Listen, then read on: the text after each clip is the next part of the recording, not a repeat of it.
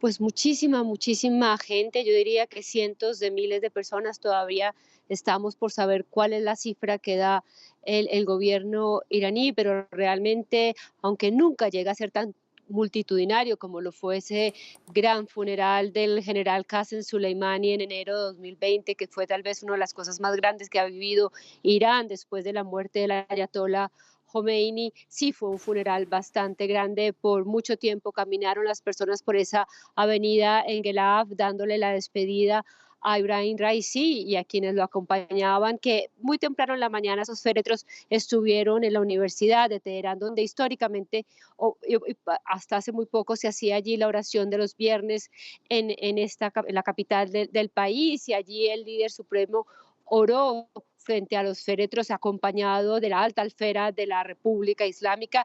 Para destacar, allí no estaban los expresidentes de la República Islámica, ni estaba ni Mohammad Hatami, ni Hassan Rouhani, ni Mahmoud Ahmadinejad, pero sí estaban grandes integrantes, especialmente del lado del clero, y también quienes representan a los diferentes ramas del sistema de la República Islámica, como el portavoz del Parlamento, quien dirige el Consejo de Expertos, y así.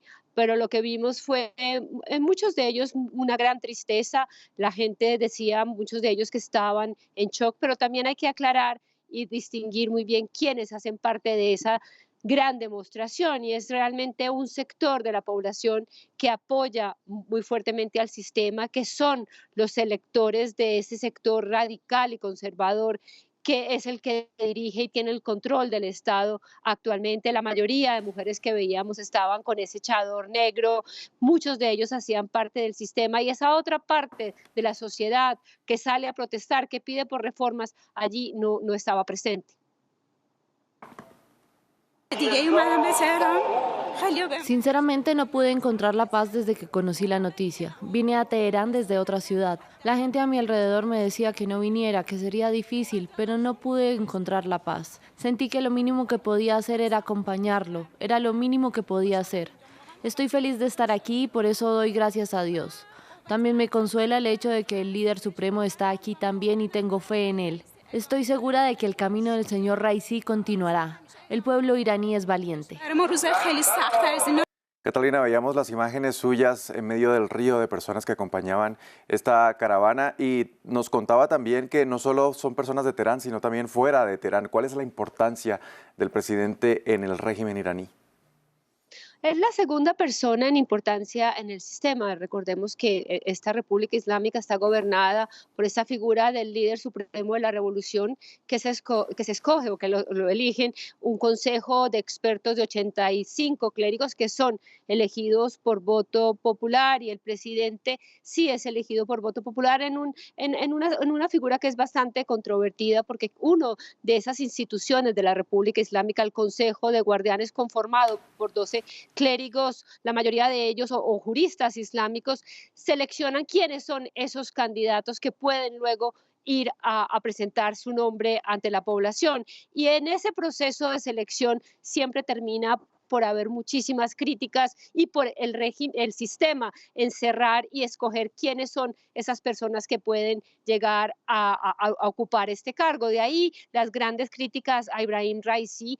Nunca antes el sistema había cerrado tanto el número de candidatos, se había limitado tanto la importancia de quienes fueran los contrincantes en las elecciones pasadas, que era clarísimo para la población que el sistema estaba poniendo a Ibrahim Raisi como presidente y que no había otra opción. De ahí que tuviera la votación más corta que tuvo en la República Islámica en las elecciones de 1979. Hoy mucha gente reconocía que él no había logrado cumplir las promesas que había hecho, pero sí los que estaban allí aseguraban que había sido un trabajador incansable por el país y por la sociedad. Es que el presidente, que él tiene el poder eso de dirigir el día a día del Estado, la economía, la burocracia, y ese es el poder del presidente en este país.